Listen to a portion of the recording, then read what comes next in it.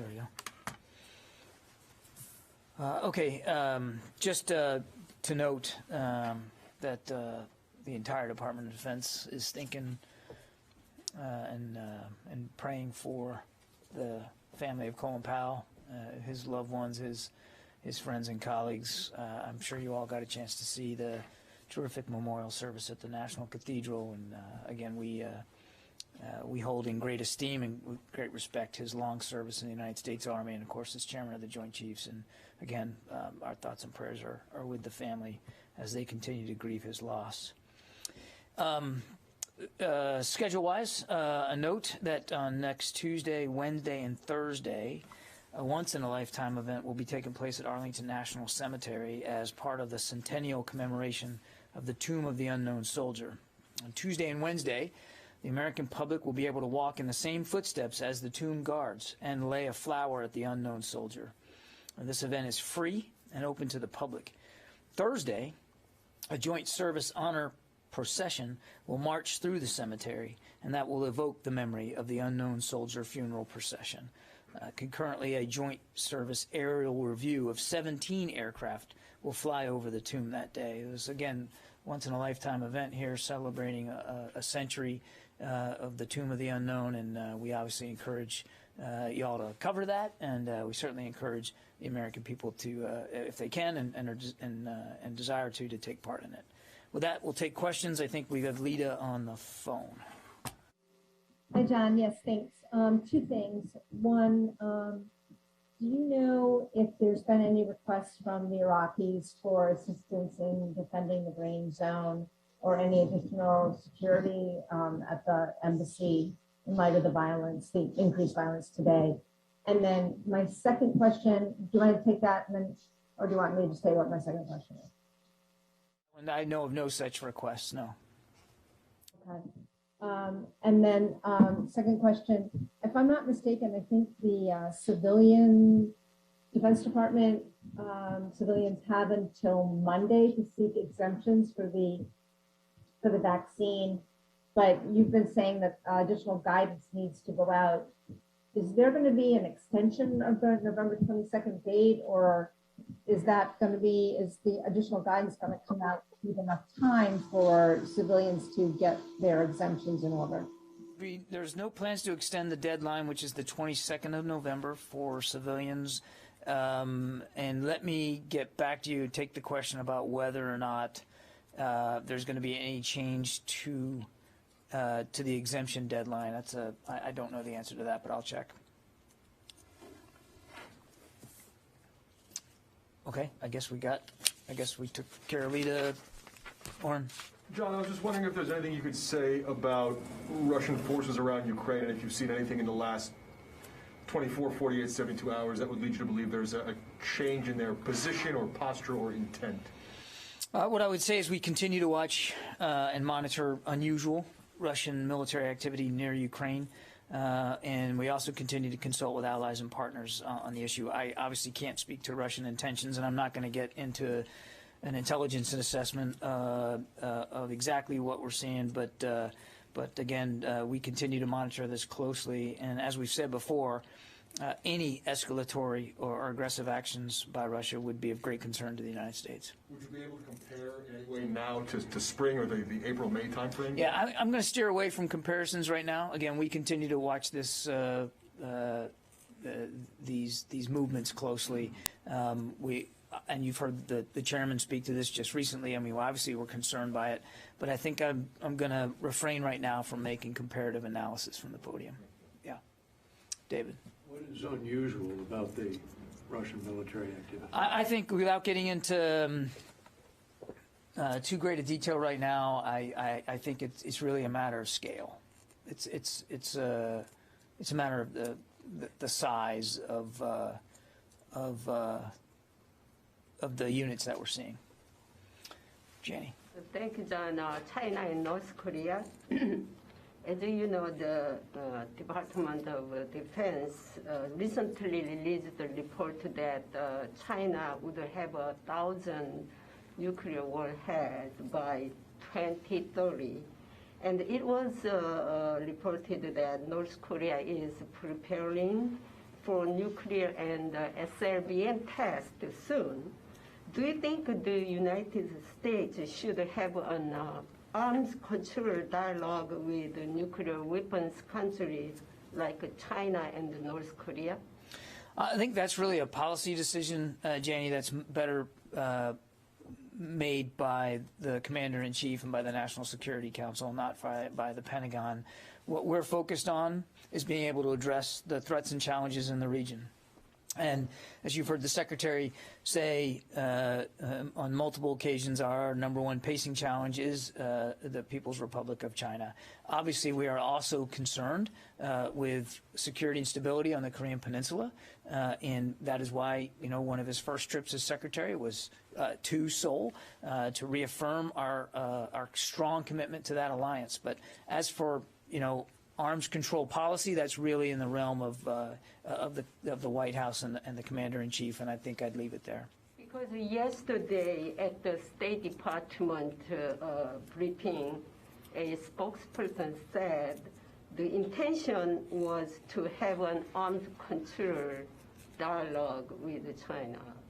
So what is the DOD's position? Well, obviously, we would support any level of dialogue and discussion that reduces the threats of weapons of mass destruction. But the issue of whether there's going to be arms control talks and what's going to be on the agenda and how they're going to be conducted is really it's not a matter for the Defense Department to speak to specifically. We defer to our diplomatic colleagues and, of course, our colleagues at the White House for that kind of policy-level decision-making. What we have to stay focused on is making sure that, to the degree there is a threat and a challenge, that we're ready to deter that threat and challenge and defeat it if necessary, and that's what our focus is on here. But nobody wants to see arms races lead to conflict and confrontation. Last one. The U.S.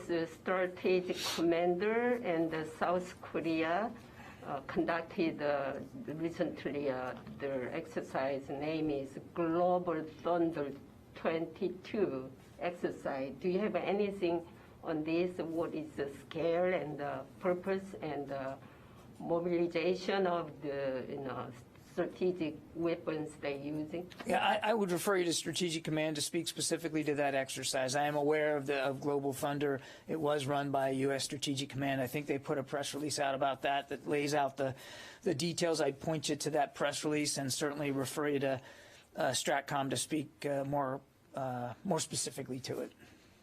Held in Korea or other areas? I don't have a geographic laydown of it. I think again I'd refer you to Strategic Command to speak about it in more detail. But obviously it falls well within Admiral Richard's sphere of responsibility to make sure that from a strategic deterrence perspective, the United States continues to have the capabilities we need to defend this nation. Yeah, purpose for the. They said here nuclear readiness, so they checked nuclear. So you have the release. So I got a little bit from Korea side. All right. So readiness and capability are obviously a key driving factor in the exercises that we conduct all around the world, all year long, and I would not begin to suspect that this exercise would be different in any way from that. all right, thank you very much. You're welcome. Let me go back to the phones here. Tony Capaccio. Hi, John. Thanks for that announcement on Arlington Cemetery, by the way. That looks very intriguing. On the 1,000 warheads, the headline that's bounced around the world, can you clarify this point? Does DoD project that all 1,000 of these warheads, if they're ever produced, will all be mounted on Chinese silo and mobile ICBMs capable of hitting the U.S., like the DF-5 and DF-31? Or does the 1,000 include short and medium-range ballistic missiles?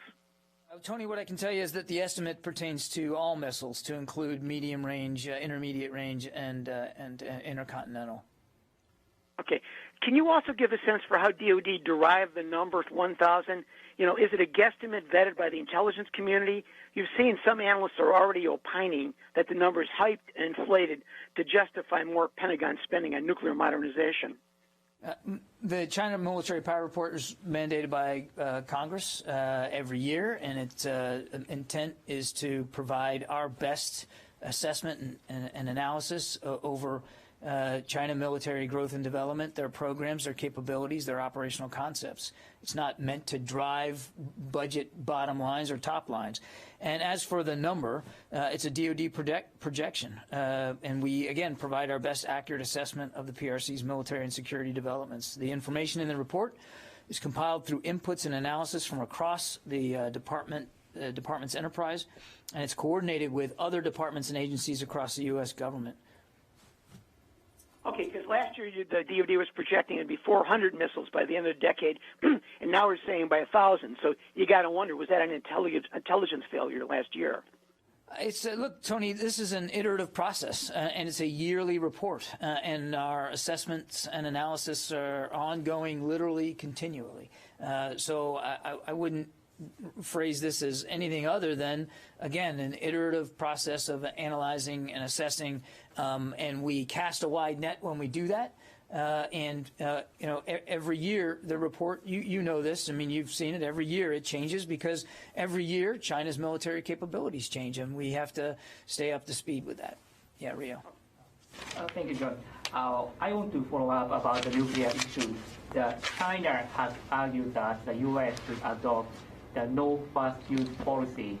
So is the DoD seriously considering an option to make a public commitment to no first use policy in the upcoming nuclear posture? I'm not going to get ahead of the nuclear posture review, Rio. We've talked about this before. This is going to be an inclusive, comprehensive process, and I'm simply not going to forecast what that posture review is going to say. I would remind you that any such policy decision of that nature is going to be made by President Biden. Just a quick follow-up. The DoD argues that China intends to possess at least 1,000 nuclear warheads, as Tony mentioned. Do you think the U.S. could maintain a robust nuclear deterrence against China? It said 1,000 by 2030. So do you think the U.S. could maintain a robust nuclear deterrence against China, even if the U.S. adopts the no first use policy? I'm not going to speculate one way or another about the first use policy. Again, we're in the middle of a nuclear posture review, Rio, and I think you can understand that we're going to want to let that process bear fruit on its own. Any policy decision with respect to that is only going to be made by the Commander-in-Chief. To the first part of your question, I can assure you the Secretary is laser focused on making sure that from a strategic deterrence perspective, the United States military has the capability, nuclear and conventional alike, to be able to defend this country. Okay, Pierre. The State Department announced yesterday that they made a determination to approve possible foreign military sale to the Kingdom of Saudi Arabia. I mean, what is the position of the Department of the Pentagon on this? We support the State Department's decision. Christine. Thank you, John. The People's Liberation Army Air Force is going to have an anniversary this next week, 72nd anniversary. Are you anticipating anything, unveiling, two-headed dragon, anything like that? I think you're asking the wrong military. I can't speak for what their anniversary plans or their birthday plans are. You'd have to talk to them about that. Again, we're going to stay focused on making sure that we can meet the pacing challenge that we believe is represented by the People's Liberation Army. I have a follow-up. The Supplementary Defense Cooperation Agreement that was signed last April by the Secretary of Defense with the Norwegian, on the Norwegian side, it has to be ratified, and so far there hasn't been a ratification vote. Now that's scheduled for this coming spring. Is there any anticipation of a problem with that vote, given the change in politics over there and so forth? Again, I wouldn't speak to domestic politics in Norway. Just point you back to the agreement itself and our strong bilateral defense relationship with Norway. And how important do you think an agreement like that is for? Well, obviously, we wouldn't have been engaging with Norway if we didn't think it was important. But again, I'm not going to speculate one way or the other about the politics in Norway. That would not be a good place for me to land. Jeff Selden, VOA. Thanks very much. Two questions. One on Havana syndrome. The State Department today announced some moves it's making I know the Secretary issued a memo back in September. Is there any update as far as additional confirmed Defense Department cases or about the Pentagon's efforts to get to the bottom of this? Second question, on Pakistan, yesterday's Pakistan's National Security Advisor said that when it comes to the threat from ISIS-K, there have been conversations with the U.S., but, quote, we are a bit confused on why there isn't clarity that we all need to work together. So from the Pentagon's perspective, is the U.S. trying to work with Pakistan? And if so, what's being done to eliminate Pakistan's confusion? Okay, there's a lot there, Jeff. Let me start with the anonymous health incidents. The entire government is bringing full resources to bear to determine the cause and to identify any foreign actor that may be involved and to provide access to timely expert medical care for those who are who believe they have fallen victim to this phenomenon. Secretary Blinken's announcement today, I would argue, is perfectly in line with this National Security Council-led response. As for the department, we're heavily engaged on this issue as well. As part of the NSC-led process, the safety, health, and welfare of our personnel remains a top priority for the Secretary and for every leader here at the department. We're dedicated to ensuring that all affected employees who experience anonymous health incidents receive appropriate medical care quickly. And again, you saw, I think, a little while ago, the Secretary issue a memo to this regard, encouraging people who believe that they may have fallen victim to these incidents, that they report those incidents as soon as they are able, so that we can make sure they get the proper medical care and that their cases can be appropriately investigated. On Pakistan, I think what I would say, Jeff, is I'm not aware. You've given me a statement here that first time I heard of it, so I can't speak to the specifics of what Pakistan, according to your statement, they're confused about. What's not confusing to us is that Pakistan still remains a key partner there in the region, and that we look for opportunities to continue to work with Pakistan to address what is a shared threat, a shared terrorism threat along that spine between Pakistan and Afghanistan, and we're going to continue to explore opportunities to do that.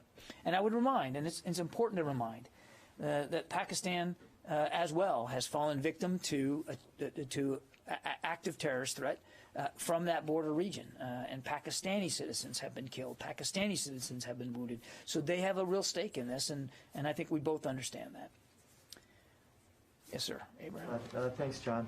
I read yesterday in your gaggle there was quite a bit of talk about accountability with that IG report.